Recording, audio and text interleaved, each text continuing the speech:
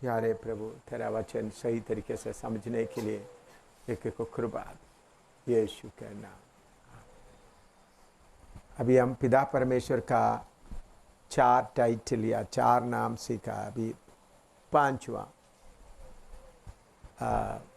पिता परमेश्वर का मत्ती 6:26, मत्ती 6:26, मैथ्यू 6:26।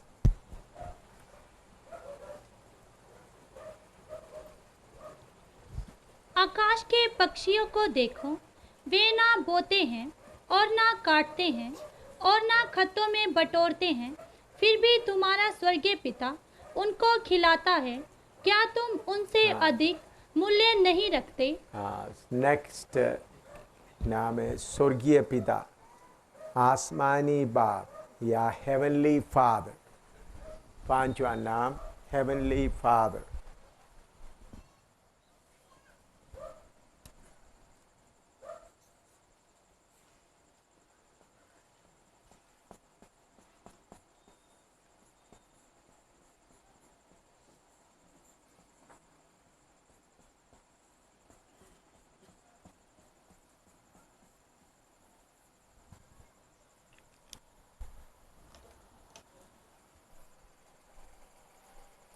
स्वर्गीय पिता, हेवनली फादर।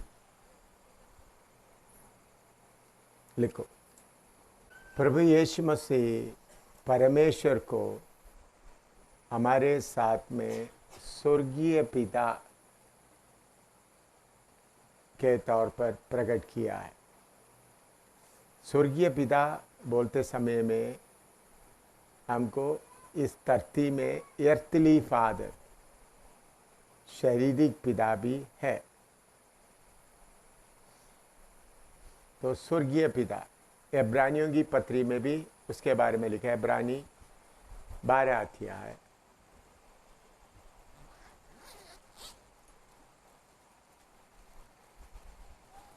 हिब्रू 12।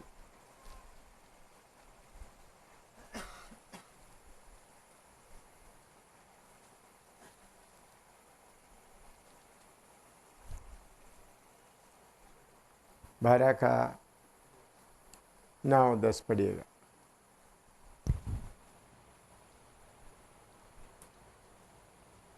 फिर जबकि हमारे शारीरिक पिता भी हमारी ताड़ना किया करते थे और हमने उनका आदर किया, तो क्या आत्माओं के पिता के और भी अधीन ना रहें, जिससे आत्मा की पिता, इधर में लिखा है आत्मा की पिता। तो स्वर्गीय पिता परमेश्वर के साथ का हमारा संबंध पिता के तौर पर जो संबंध होता है वो है सबसे नजदीक संबंध। परमेश्वर के तौर पर हम उनके साथ संबंध रखते हैं। वो सर्वशक्तिमान है, जलाल से भरा हुआ है, महिमा से भरा हुआ है। लेकिन उससे बढ़कर स्वर्गीय पिता, मेरा पिता करके जब एक संबंध आपको हो जाता है, फिर आपका चिंता खत्म हो जाता है। मेरे जीवन में मैं परमेश्वर को मेरे पिता के तौर पर नज़दीकी में संपर्क करने के कारण मुझे किसी बात का चिंता नहीं रहता। अभी इतना लोग इधर खाना खा रहा है, इतना लोग इतना तंबू वगैरह लगाया, ये सब आपने किसी ने भी पैसा नहीं लाया और किसी से हमने कुछ भी मांगा भी नहीं। तो फिर मुझे बोझ क्यों नहीं हो रहा है? पिता के साथ जैसा संपर्क होने के कारण मेरा पिता सब देखभाल करेगा, ऐसे तसल्ली अंदर में है। मैं मेरे पिता से कुछ पूछने का जरूरत नहीं। मेरा पिता होने के कारण उनको सारे ज़रूरतों को माँ बोलने के बिना पहले ही वो जानते हैं। तो इसलिए मुझे मेरे पिता से कुछ मांगने का ज़रूरत नहीं। पिता का मर्जी के अनुसार मैं अपने आप को नम्र करके उनके अधीन में चलेगा तो किसी बात का चिंता नहीं रहता है। तो परमेश्वर के साथ का आपका रिश्ता पिता के साथ का रिश्ता शारीरिक पिता से भी कितना अच्छा है हमारा आत्मिक पिता। शारीरिक पिता कभी हम उनका मर्जी के अनुसार नहीं चलेगा तो हमको नफरत करेगा, लेकिन फिर भी प्यार करते हैं। लेकिन हमारा स्वर्गीय पिता शारीरिक पिता से भी कितना हमारे बारे में चिंता करता है।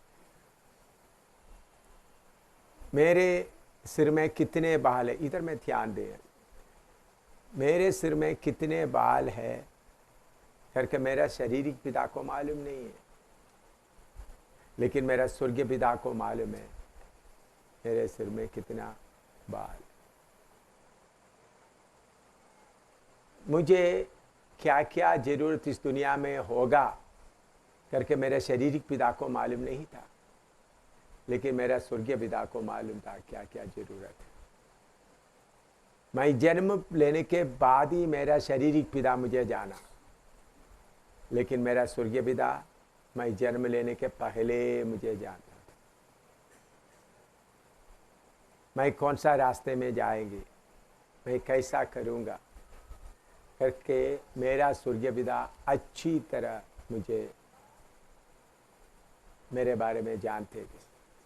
तो आपका भी संबंध परमेश्वर के साथ स्वर्गीय पिता, मेरा पिता,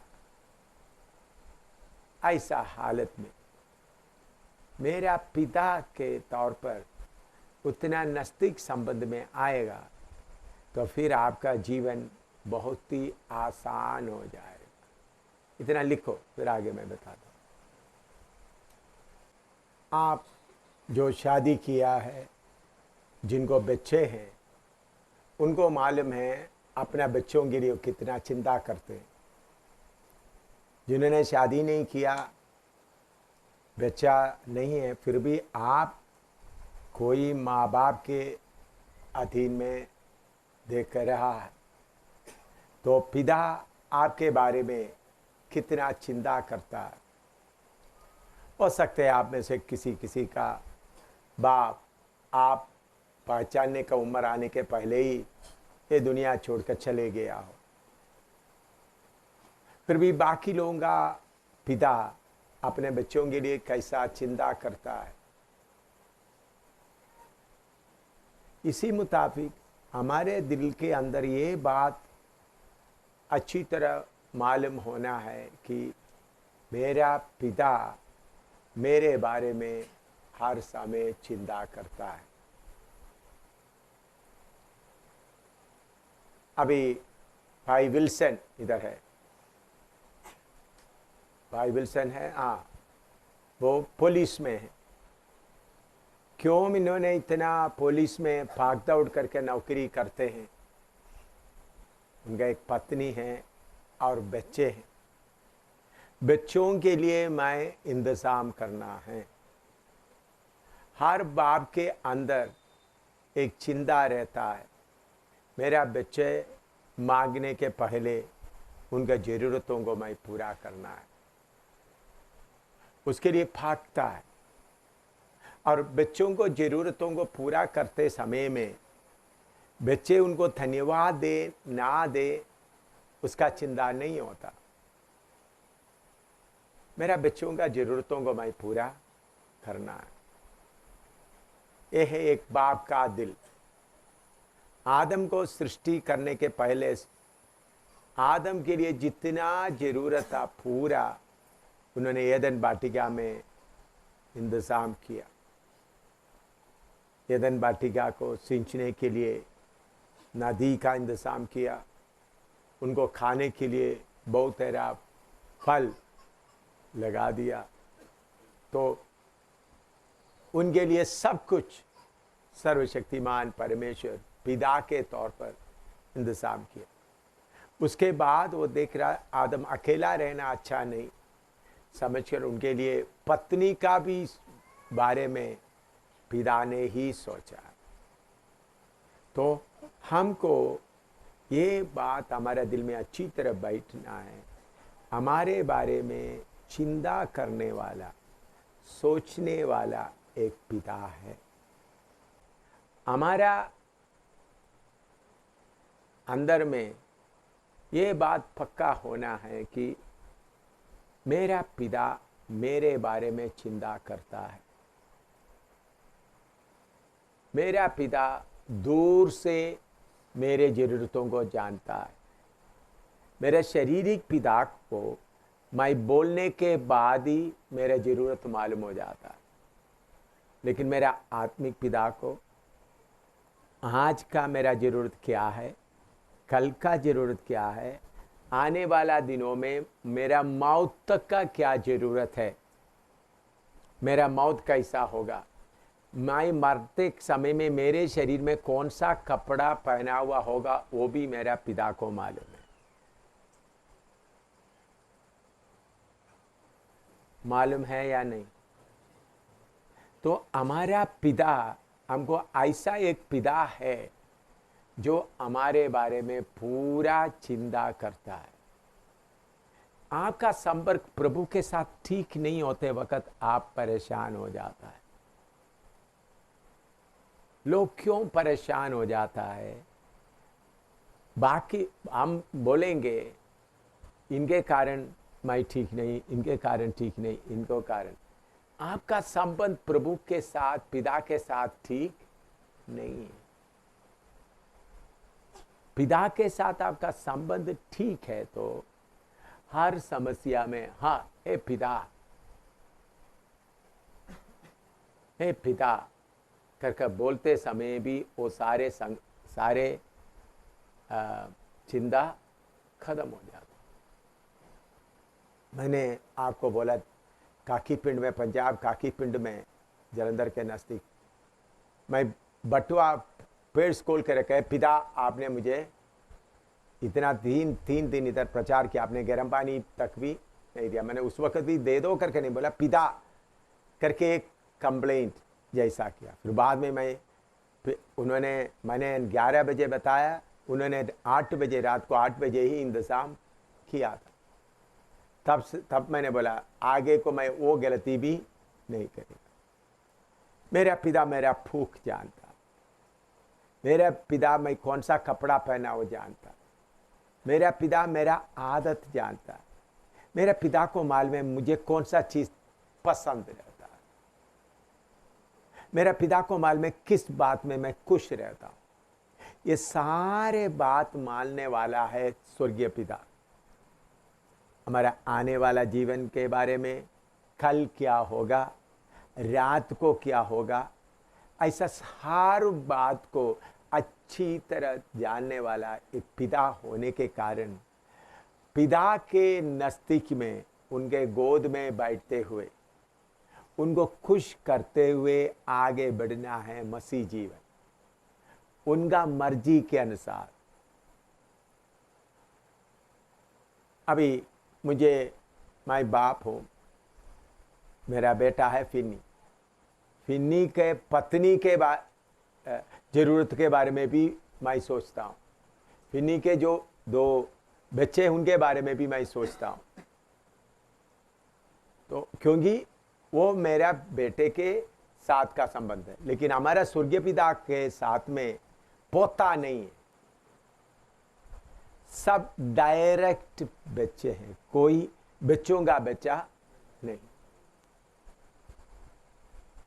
कोई बच्चों का बच्चा नहीं है, सब सीधा परमेश्वर के वचन का बीज के द्वारा जन्म लिया, और किसी ने आपको जन्माया नहीं, सिर्फ परमेश्वर का वचन ही आपको जन्माया। तो परमेश्वर के साथ में पिता के तौर पर का आपका संबंध बनेगा तो तो बीमारी के समय में भी आपको मालूम है पिता कमजोर बच्चों को ज़्यादा ध्यान देता है, बीमार बच्चों को ज़्यादा ध्यान देता है नहीं देता है। इसी मुताबिक आपके शरीर का कमजोरी, अभी हमारा भाई उधर पीछे कुर्सी में बैठा है, इधर क्लास में आना उनको कितना मुश्किल है, वो पिता के साथ कितना नज़दीक में है वो खुद ही मालूम है, उनको ही मालूम है। लेकिन उनके बारे में भी पिता चिंता करता है, मेरा बेटा इसी मुताबिक उनको सीधा चल नहीं सकता, फिर भी उन्होंने उनके अंदर शौक डाला, जाओ बेटा जाकर मेरा वचन तुम थोड़ा सा सुनो ताकि तुम्हारा चिंता खत्म हो जाए। तो जब आपका पिता के साथ का आपका संपर्क ठीक होता है, फिर आपका चिंता पूरा खत्म होता है। आपके अंदर परेशानी या फिगर या चिंता, दूसरों के ऊपर दोष लगाने का, ये सब का मुख्य कारण पिता के साथ का आपका संबंध सही नहीं। पिता के साथ संबंध होगा, पिता उन्होंने क्यों मेरे से ऐसा कर रहा है, पिता आपका अनुमति के बिना नहीं होगा, क्योंकि मेरे सिर के बाल मैं नहीं जानता कितना है, आप जानता है, तो मुझे दुख देने वाला सारे बात भी आप जानता है। तो सर्वशक्तिमान परमेश्वर हमको, मुझे मसीह जीवन में मिला हुआ सबसे बड़ा आशीष मुझे पिता मिल गया। सबसे बड़ा आशीष मुझे पिता मिल गया। मुझे शारीरिक पिता, वो तो मुझे प्यार करने वाला अच्छा पिता है था, लेकिन वो इस दुनिया में थोड़ी देर 96 साल तक, 97 साल, 97 ईयर्स वो जिंदा रहा। मेरा पिता इस दुनिया छोड़ के जाते समय उनको 97 साल उम्र था।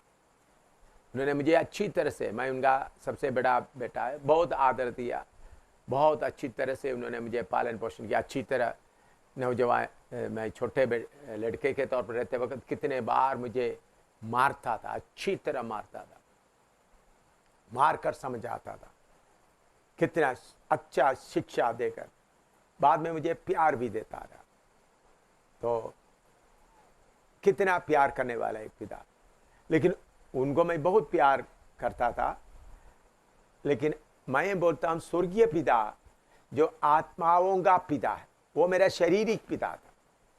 मेरा आत्माओं का पिता सर्वशक्तिमान है, उनको मेरे सारे जरूरत मालूम है, सारा हालात मालूम है।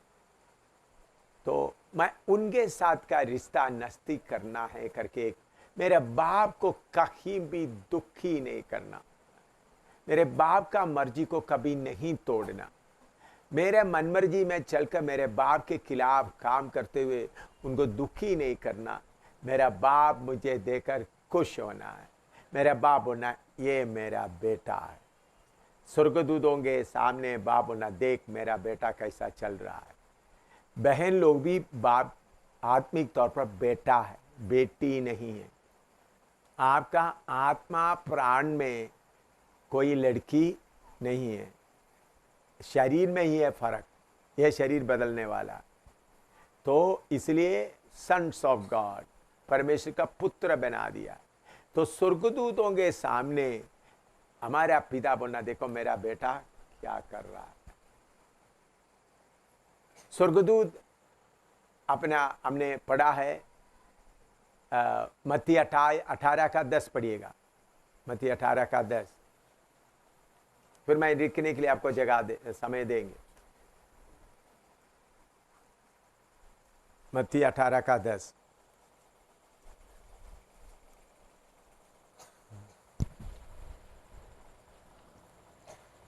देखो तुम इन छोटों में से किसी को तुच्छ ना जानना, क्योंकि मैं तुमसे कहता हूँ कि स्वर्ग में उनके दूत मेरे स्वर्गीय पिता का मुंह सदा देखते हैं। हाँ, स्वर्ग में उनका दूत स्वर्गीय पिता का मुंह सदा देखते। इसका मतलब आपके बारे में रिपोर्ट क्या है? ए पिता, स्वर्गदूत आपके लिए भेजा हुआ स्वर्गदूत आपके बारे में सदा देखते हैं। देख पिता, तो स्वर्ग का दूत जो आपके साथ चलता है वो बोलना है, पिता ये आपका सही पुत्र है। आपके साथ चलने वाला दूत आपके बारे में क्या एहसास करना है, ये तो सही पुत्र है। ये पिता का सिरदर्द नहीं। आपको मालूम है कुछ घरों में बेटा क्या बन जाता है, मां अपना पिता का सिरदर्द बनता है। तो स्वर्गीय पिता बोलना है, ये मेरा आज्ञा मानने वाला बेटा। इतना लिखो। गलती होने के बाद भी पिता आदम के बारे में कैसा चिंता करता है। उत्पत्ति 3 का 21 पढ़ो। उत्पत्ति 3 का 21, जेनेसिस 3:21। आदम पाप किया, फिर भी उसके बारे में पिता कैसा चिंता करता है। उत्पत्ति 3 का 21। और यहोवा परमेश्वर ने आदम और उसकी पत्नी के लिए चमड़े के अंगरखे बनाकर उनको पहना दिए। उन्होंने पाप किया, परमेश्वर का आज्ञा को तोड़ दिया, फल तोड़कर खाया, नंगा हो गया। पिता परमेश्वर बोल सकता था, जाओ।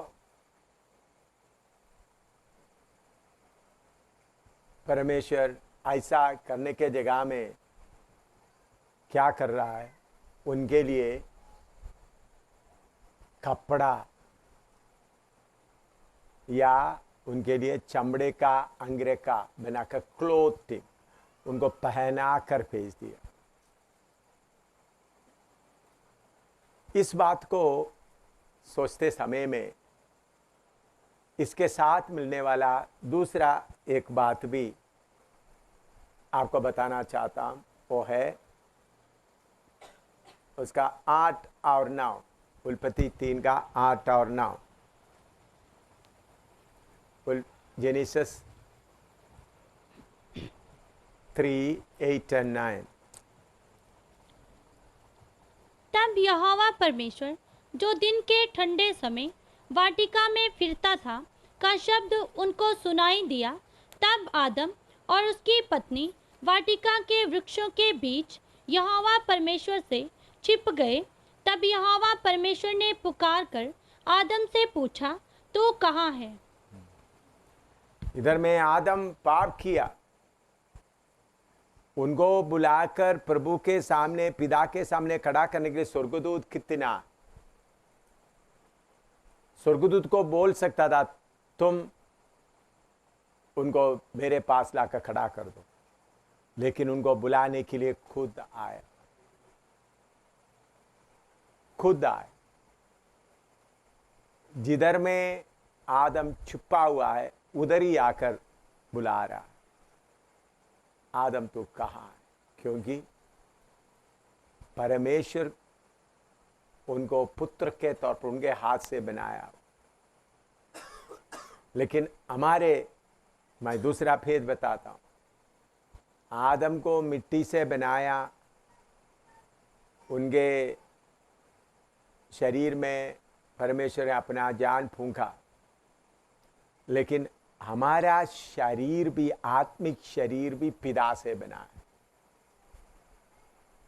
आपके और मेरे अंदर का आत्मिक शरीर पिता का बीज से बना है। पिता का बीज क्या है? वचन। आदम पिता का बीज से बनाया नहीं था, मिट्टी से बनाया था, आत्मा और प्राण उनके अंदर फूंक दिया। लेकिन हमको आदम से भी ऊंचा स्थान से बुलाया, ऊंचे स्थान पर प्रभु ने बना कर रखा। उनका वचन का बीज के द्वारा हमारा पितरी मनुष्य पूरा बना। तो आदम के लिए परमेश्वर नंगा हो गया तो दुख हो गया, उनको छुपा हुआ स्थान में जाकर बुलाया। तो आपके जीवन में आप गलती करके चुप कर बैठा हुआ तो भी आज भी वो पिता का प्यार आपके पास आता है, बेटा बेटी तू कहाँ छुपा हुआ है। और उसके बाद उस छुपने का कारण क्या था? नंगा हो गया।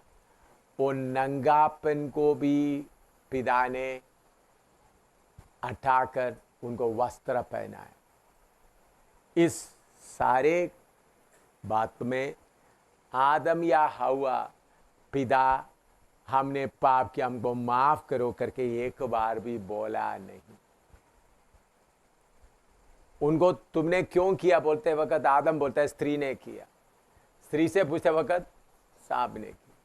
अपना पाप मानने के लिए भी तैयार नहीं। मैं क्यों बोलता हूं, कभी कभी जब हम अपना पाप को भी नहीं मानते तब भी हमारा स्वर्गीय पिता इतना प्रेम से भरा हुआ है, बाद में पाप को मानेगा समझकर आपको संभालता है। इसलिए मैं और आप इधर बैठे हैं। हमारे पापों के लिए एकदम गलती के लिए सजा दिया हुआ होता तो आज मैं इधर नहीं बैठना था, आप में से बहुत तेरे लोग इधर नहीं होना था। मैं मेरे बारे में तो मुझे इधर बैठने का मौका नहीं होना था। मेरा पिता मैं मांगने के पहले मेरे पापों को भी वो माफ करता है, बोलने के पहले ही माफ करता है। वो मैं आगे जाकर और बताऊंगा। इधर में आपको मालूम है पिता ने उनको गुस्सा करके तुम ऐसा किया करके सजा नहीं दे रहा था। गलती हो गया, मर गया, उधर नंगा छुपा हुआ है, उधर जाकर बुलाया, फिर उनको नंगेपन का हालत में नहीं भेजते। तब तक धरती में कोई जानवर दर्द नहीं सहा था। सबसे पहले एक मेमना को पकड़ा बाप ने, उनको काट कर उनका चमड़ा निकाल, वो मेमना कितना दर्द सहा हुआ।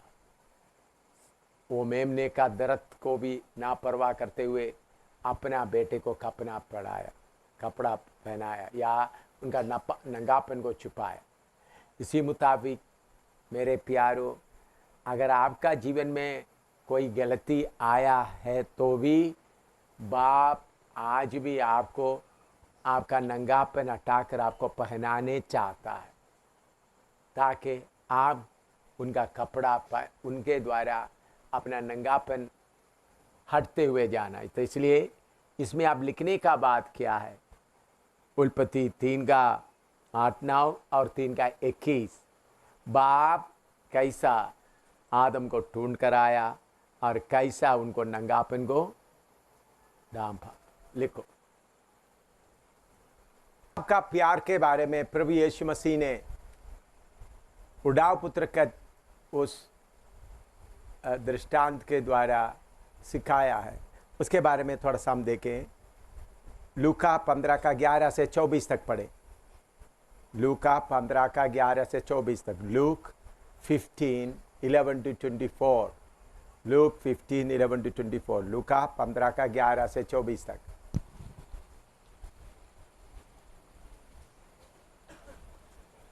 फिर उसने कहा, किसी मनुष्य के 2 पुत्र थे। उनमें से छोटे ने पिता से कहा, हे पिता, संपत्ति में से जो भाग मेरा हो वह मुझे दे दीजिए। उसने उनको अपनी संपत्ति बांट दी। बहुत दिन ना बीते थे कि छोटा पुत्र सब कुछ इकट्ठा करके दूर देश को चला गया और वहां कुकर्म में अपनी संपत्ति उड़ा दी। जब वह सब कुछ खर्च कर चुका तो उस देश में बड़ा अकाल पड़ा और वह कंगाल हो गया। इसलिए वह उस देश के निवासियों में से एक के यहाँ जा पड़ा। उसने उसे अपने खेतों में सूअर चराने के लिए भेजा और वह चाहता था कि उन फलियों से जिन्हें सूअर खाते थे अपना पेट भरे, और उसे कोई कुछ नहीं देता था। जब वह अपने आपे में आया तब कहने लगा, मेरे पिता के कितने ही मजदूरों को भोजन से अधिक रोटी मिलती है और मैं यहाँ भूखा मर रहा हूँ। मैं अब उठकर अपने पिता के पास जाऊँगा और उससे कहूँगा कि पिताजी, मैंने स्वर्ग के विरोध में और तेरी दृष्टि में पाप किया है अब इस योग्य नहीं रहा कि तेरा पुत्र कहलाऊं, मुझे अपने एक मजदूर के समान रख ले। तब वह उठकर अपने पिता के पास चला। वह अभी दूर ही था कि उसके पिता ने उसे देखकर तरस खाया और दौड़कर उसे गले लगाया और बहुत चूमा। पुत्र ने उसे कहा, पिताजी, मैंने स्वर्ग के विरोध में और तेरी दृष्टि में पाप किया है और अब इस योग्य नहीं रहा कि तेरा पुत्र कहलाऊं।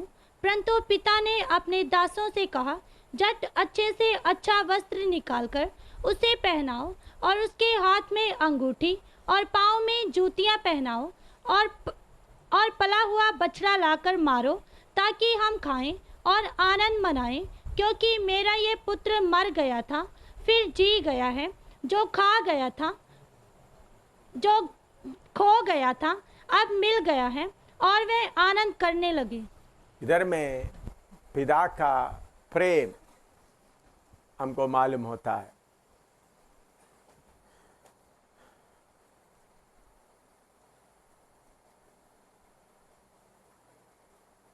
इधर उसका 20वां पद में हम पढ़ते हैं, तब वह उठकर अपने पिता के पास चला। वह अभी दूर ही था कि उसके पिता ने उसे देखकर तरस खाया और दौड़कर उसे गले लगाए और बहुत चूमा। प्रभु यीशु मसीह ने पिता को प्रकट किया। स्वर्गीय पिता के बारे में प्रकट करने वाला कौन है? पिता, प्रभु यीशु मसीह। इधर उन्होंने एक दृष्टांत के तौर पर बताते हुए पिता का प्रेम को प्रकट करता है। तब उठकर अपने पिता के पास चला। वह अभी दूर ही था कि उसके पिता ने उसे देखकर तरस खाया और दौड़कर उसे गले लगाया और बहुत चूमा। गले लगाया और क्या किया? बहुत चूमा। लिखने के लिए बाद में आपको समय देगा, तब लिखना। बेटा बाप से माफी मांगने के पहले पिता ने क्या किया? गला लगाया और बहुत चूमा। बेटा माफी मांगने के बाद नहीं, लेकिन इसमें एक बात है, बेटा सुअर का खाना खाते समय में वो भी उनको मिलता नहीं था, होश में आया। तो मैं क्या लिखा है?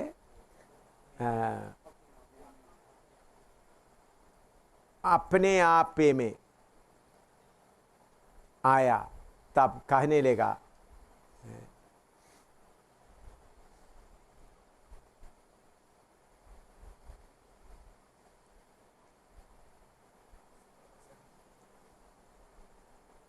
जब वो अपने आप में आया तब कहने लगा, मेरे पिता के कितने ही मजदूरों को भोजन से अधिक रोटी मिलती है और मैं यहाँ भूखा मर रहा हूँ।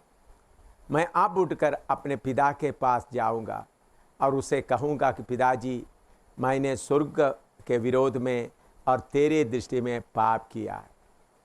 अब इस योग्य नहीं रहा कि तेरा पुत्र कहलाओ, मुझे अपने एक मजदूर के समान रख ले। उन्होंने अपने आप में आया या होश आया। उसके पहले पाप के मजा उठा रहा था। जब अपने उठकर अपना पाप की या अपना मनमर्जी की जगह से निकलकर जा रहा है, जब अपना गलती को इकरार करते हुए जिधर उन्होंने घर से निकल कर गया और उधर जाकर उस हालत में रहने के बाद जब उनको मालूम हो गया मेरे बाप के घर में क्या क्या हो रहा है, उन्होंने उधर से उठकर अपने बाप के घर की ओर आ रहा है, पश्चाताप के साथ आ रहा है। बाप उनको ढूंढकर सुअर का भोजन खाते समय में मार मार कर लेकर नहीं आया। बाप ने उनको सुअर के जगह में जाकर मार मार कर लेकर नहीं आया, अपने आपे में आया। अपने में आपे में आया तो बोलता बाप आपका बेटा पुत्र कहलाने के मैं योग्य नहीं। तो बाप प्रेम से भरे हुए उनको पकड़कर उन्हें गलती मानने के पहले ही उनको बहुत चुमा। तो इसमें जो बात आपको लिखना है लिखो, फिर बाकी आगे मैं बताऊंगा। पुत्र ने पिता से अपना गलती मान लिया, लेकिन पिता उन बातों के ऊपर तुमने क्यों ऐसा गलतियां करने के जगह में, उसका 22वां पद हम पढ़ते हैं। परंतु पिता ने अपने दासों से कहा, जट अच्छे से अच्छा वस्त्र निकालकर उसे पहनाओ और उसके साथ में अंगूठी, उनके हाथ में अंगूठी और उनके पाँव में जूतियां पहनाओ। इधर में उन्हीं दिनों में इस्राएल में ऐसा होता था, जब बाप उम्र में आ जाता है तब उनका घर का सारे अधिकार पुत्र को देते थे। आमतौर पर पहला पुत्र, पहलौठा का जो फर्स्ट बॉर्न, पहला पुत्र को बड़े बेटे को देता है, लेकिन इधर में बड़े बेटे को नहीं मिल रहा है। ऐसा देते समय में अंगूठी पहनाता है और नए जूते पहनाता है और घर में पार्टी करता है, मतलब और पला हुआ बछड़ा लाकर मारो ताकि हम खाएं और आनंद मनाएं। पिता ने उनको माफ किया हुआ सिर्फ नहीं, घर का अधिकारी भी बनाए। देखो यह है पिता का प्रेम। लेकिन वो बेटा ने क्या किया था, अपने आपे में आया, अपना गलती को एहसास किया, अपना उस दोस्ती से निकल कर आ गया, उस बुरे संगति में पड़ा था, उस संगति से निकल कर आ गया, छोड़कर निकल कर आ गया। मुझे अभी बुरी संगति नहीं चाहिए, दोस्तों के साथ संगति नहीं चाहिए। अभी मैं खोलकर बताना चाहता हूं,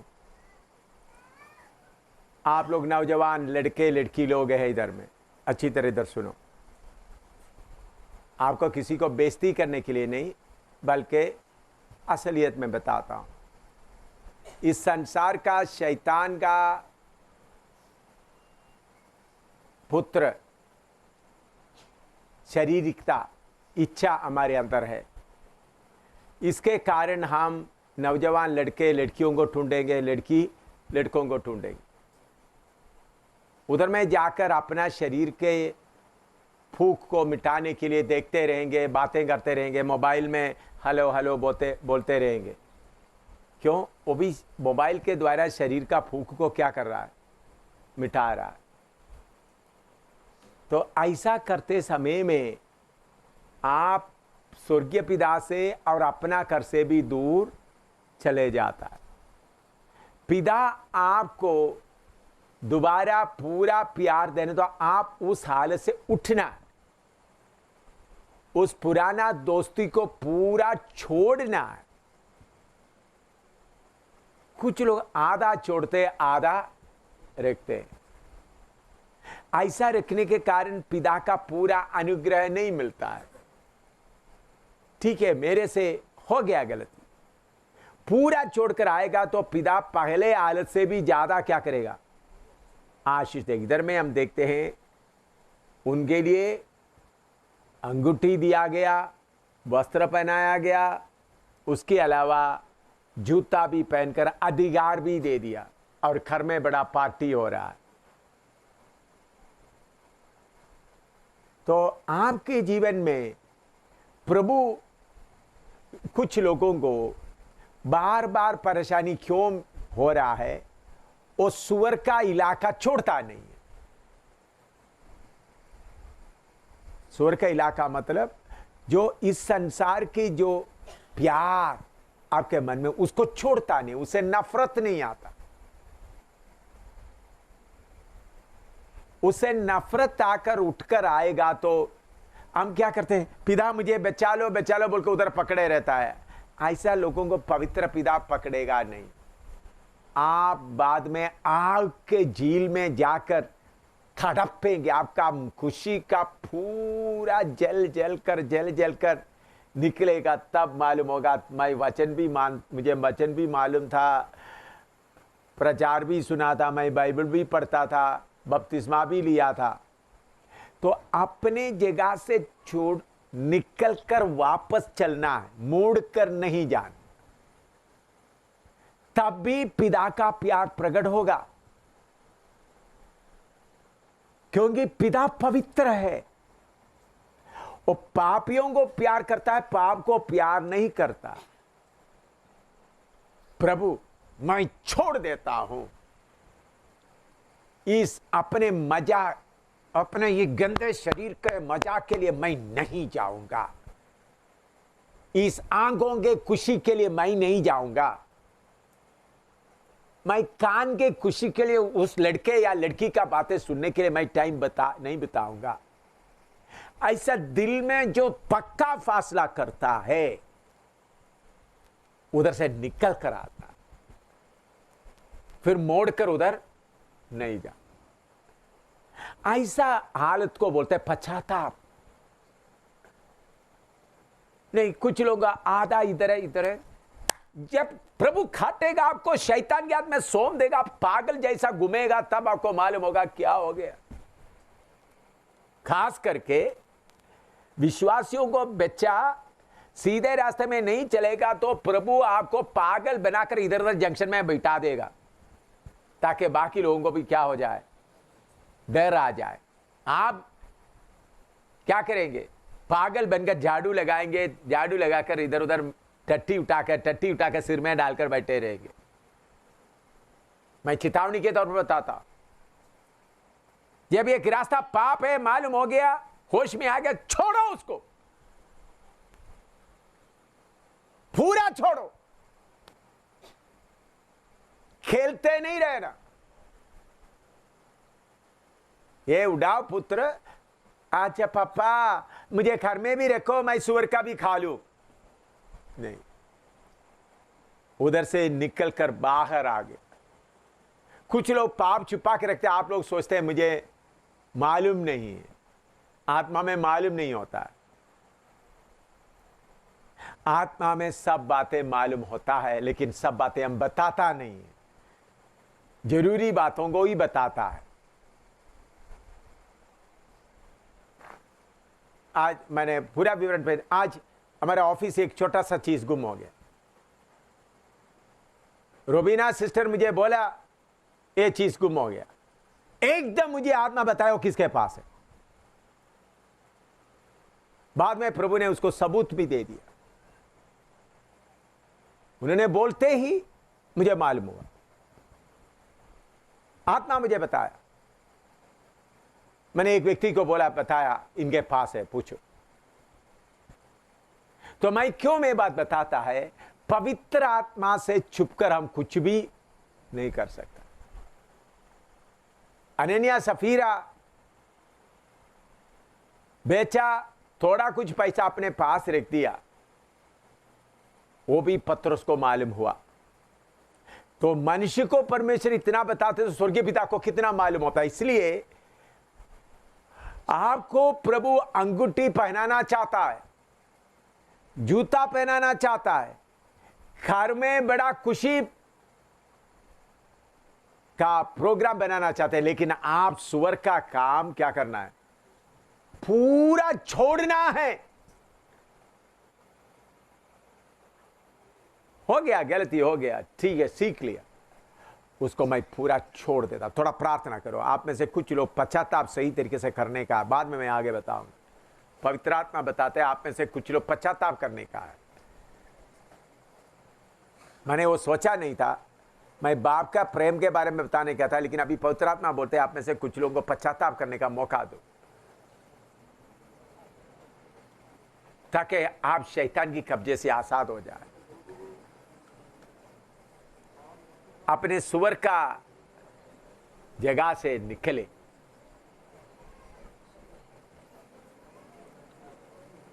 पवित्र आत्मा मुझे बोलते ऐसा कुछ लोग हैं अभी भी एक पाव सुअर के जगह में, एक पाव कलीसिया में।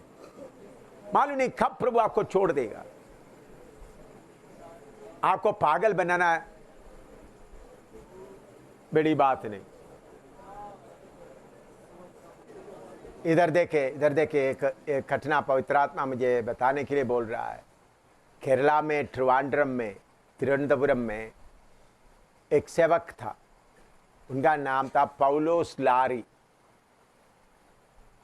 वो बहुत अच्छा प्रचार करता था, उनके द्वारा बीमार लोग भी अच्छे हो गए थे, लेकिन उनके अंदर घमंड आ गया और कुछ गलतियां आया। उनको बोला, चेतावनी दिया गया, इसको इकरार करो, लेकिन इकरार करके पूरा छोड़ा नहीं। वो पाप का रास्ते को उन्होंने पूरा छोड़ा नहीं। एक दिन इतवार का आराधना के बाद बाहर निकला, कपड़ा फाड़ना शुरू किया। कौन? पादरी। कपड़ा फाड़ दिया, आधा नंगा हो गया। बाद में शंकर का एक फोटो कहीं से लेके आया। वो पहले हिंदू थे, अभी शंकर का एक फोटो लेके आया, भीख मांगना शुरू कर दिया। कौन है? पादरी। तिरुवनंतपुरम शहर में और तिरुवनंतपुरम नागरकोविल नजदीक है, जगह जगह में फोटो, वो शंकर का फोटो उधर रखेगा, लोगों को भीख मांगेगा, लोगों को खिला देगा। इतना बुरी दशा में नाले में मर गया। इतना मक्खी, उसे उठाने के लिए भी कोई नहीं था। कौन है? एक सेवक, बहुत बीमारों को भी चंगा किया हुआ आदमी। प्रभु की आत्मा उनको प्रभु ने हटा दिया। एक कहानी नहीं, हुआ घटना है। कोई भी उनको वापस घर में रख नहीं सका। उनके रिश्तेदार उनको ले जाकर बिस्तरे के अंदर लेटाने की कोशिश किया। बिस्तरे से कोई दरवाजा खोलेगा तो भाग जाएगा। बहुत कोशिश किया। वो पागलपन, किसका फोटो लेकर, शंकर का फोटो लेकर चल रहा था। शंकर, यीशु का प्रचार करने वाला शंकर का फोटो लेकर ऐसे मर। बहुत कोई, मतलब प्रभु का रहम का हाथ आपसे हट जाएगा तो क्या होगा आपका हालत, कुछ भी बोल नहीं सकता। यीशु के साथ साथ चल रहा था इस्करियोता यूदा। तो डर के साथ पाप का रास्ता आज छोड़ो, प्रार्थना करो। पाप का रास्ता आज छोड़ो, आज पूरा छोड़ो।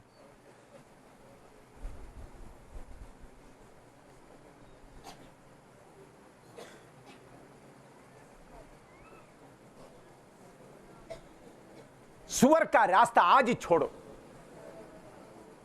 आज तक जो कुछ हुआ ठीक है, सुअर का रास्ता आज छोड़ो।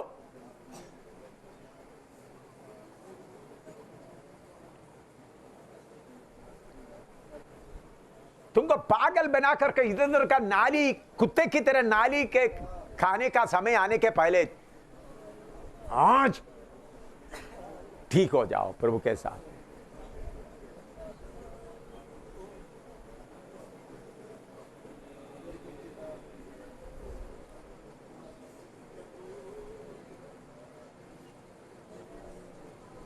प्रभु को बोलो, ए बाप, मैं अभी घर में आ रहा हूं, मैं योग्य नहीं आपका पुत्र कहलाए, मैं घर में आ रहा हूं। अभी मैं मुड़कर सुअरों के रास्ते में एक कदम भी नहीं रखूंगा, मैं मुड़कर देखूंगा। पवित्र आत्मा बहुत साफ तरीके से बोलते हैं। आप में से कुछ लोगों से पवित्र आत्मा सीधा बात कर रहा है। जब पवित्र आत्मा बात करते वक्त उस बात को मान लो। मैं आपको खड़ा होने के लिए नहीं बोल रहा, हाथ उठाने के लिए नहीं बोल रहा। आपको जब प्रभु मेरे से बात कर रहा है, प्रभु के सामने अर्पण करो। मैं आपको हाथ खड़ा करने के लिए नहीं बोल रहा हूं, उठो करके नहीं बोल रहा हूं। बाप आपको देख रहा है, अगर आप होश में आएगा तो आज ही अंगूठी मिलेगा, आज ही नया जूता मिलेगा, आज ही अंगूठी मिलेगा, अधिकार का अंगूठी मिलेगा। प्रभु पिता, मैं स्वर्ग का मार्ग में गया, अभी मैं वापस आ गया, अभी मैं पूरा वापस आ रहा हूं।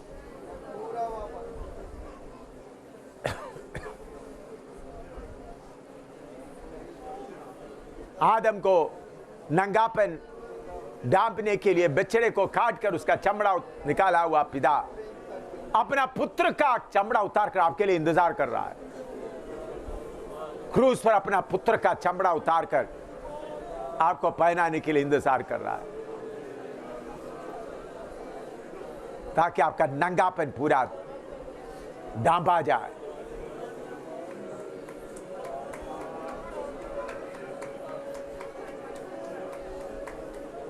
अभी ताली बजाने का समय नहीं है।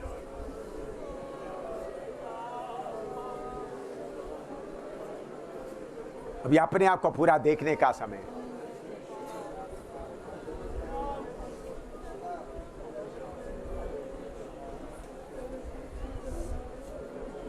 मान लो अब बाप के साथ, बाप मैंने गलती किया, बाप मैंने गलती कर दिया,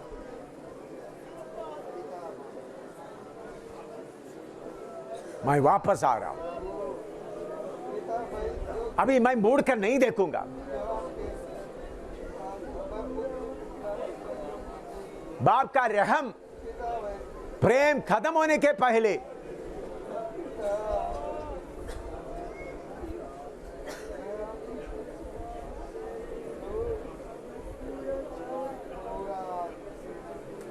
आज इधर से उठकर जाने के पहले बाप के साथ का रिश्ता पक्का कर दो,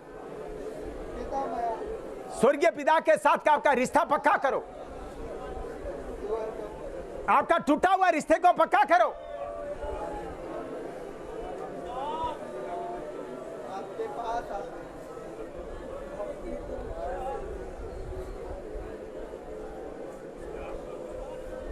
पिता के साथ का रिश्ता ठीक करो, स्वर्गीय पिता के साथ का रिश्ता पूरा करो, ठीक करो।